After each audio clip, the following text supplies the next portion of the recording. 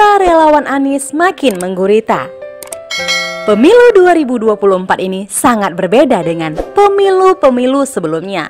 Kalau dahulu, antusias dan partisipasi masyarakat terhadap pemilihan presiden lebih banyak didominasi partai dan sayap-sayapnya yang berafiliasi ke partai.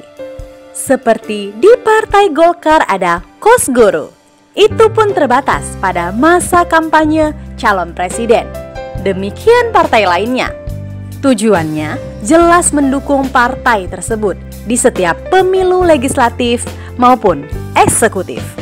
Berbeda dengan pemilu sebelumnya, khusus soal dukungan pencapresan Anies. Antusias para relawan begitu besar secara langsung mengikuti perkembangan politik tanah air. Boomingnya partisipasi relawan pada pencapresan Anies berdasarkan pemberitaan media massa mainstream tercatat lebih 300-an kelompok-kelompok relawan telah mendeklarasikan diri mendukung pencapresan Anies. Mereka menamakan dirinya dari lintas profesi aktivis, ormas lokal maupun bersifat nasional.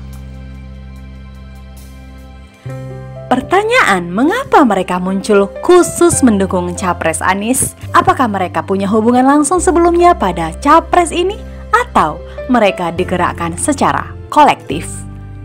Pertanyaan ini lebih kepada keheranan.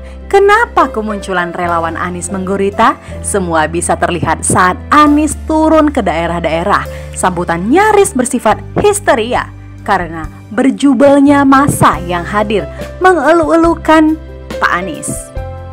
Jika mereka dimobilisasi partai, pastilah tidak terlihat militansinya karena bentuk kesadarannya sekedar dibayar dan dikasih minum dan makan, bukan emosi yang menggerakkan kesadaran politik pada tingkatan paling ekstrim. Kondisi penggemar Anies yang memiliki delusi dan fantasi mau melakukan apapun untuk idolanya. Sebagai contoh, para penggemar menguntit, menerobos masuk dalam acara Anies, minta tanda tangan dan memeluknya. Pertanyaannya, kesadaran apa menggerakkan para relawan yang begitu mandiri dan tahan bersusah payah hadir pada kegiatan Anies? Seperti diketahui bahwa sejak Anies diuji ketabahan dan kesabarannya dalam menghadapi tekanan kekuasaan melalui upaya paksa KPK mentersangkakannya, sontak dukungan publik mulai meluas, memberikan pembelaan meskipun orang awam tidak terlalu paham tentang penegakan seluk-beluk hukum. Gerak gestur tubuh Anies di depan kamera saat dipanggil ke gedung KPK sesaat masuk maupun keluar menjadi poin penilaian publik bahwa Anies tidak bersalah. Keyakinan orang dia sedang dizolimi dipaksakan jadi tersangka. Namun Anies mampu membalik tampilan keadaan psikologis publik dan mengundang simpatik. Sangat berbeda jauh dengan para pejabat lain saat dipanggil ke KPK.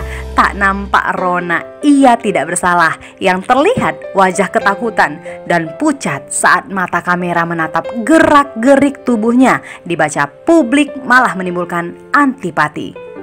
Hal lain jadi catatan penting tentang Anies. Dia selalu tampil elegan dan kadang bersahaja. Kekuatan personal brandingnya mampu memukau. Baik tingkah laku maupun berkata-kata selalu lembut dan cermat dalam membentangkan pandangan pengetahuannya tentang pemerintahan dan mengatasi persoalan yang ada.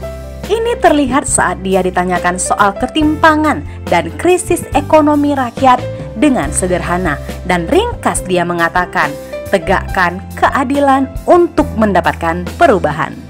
Kata menegakkan keadilan merupakan kata yang mahal dan langka sekarang yang diucapkan para pejabat pemerintahan karena secara psikologi mereka bagian dari persoalan menegakkan keadilan. Jadi ada kegamangan yang menghantui untuk tidak diucapkan.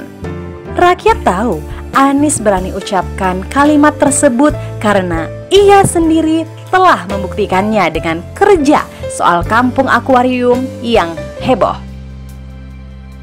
Masyarakat setempat menyebut Ahok menzolimi hidup warga di kampung Akuarium karena digusur paksa, serta hebohnya kasus reklamasi yang sangat menyita perhatian publik nasional. Betapa Anies tidak berkompromi dengan oligarki atau Taipan yang mensponsori pulau reklamasi di Teluk Jakarta tersebut.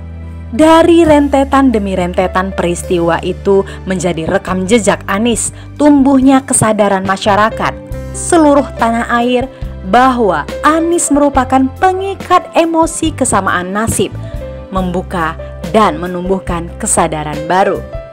Kelompok relawan itu tumbuh dengan dipupuk kerinduan pribadi yang berintegritas dan kokoh dalam pendirian membela harkat martabat masyarakat atas hak-haknya yang terlihat dari tanaman kepercayaan masyarakat Indonesia pada Anies melalui kelompok relawan yang tumbuh menggurita.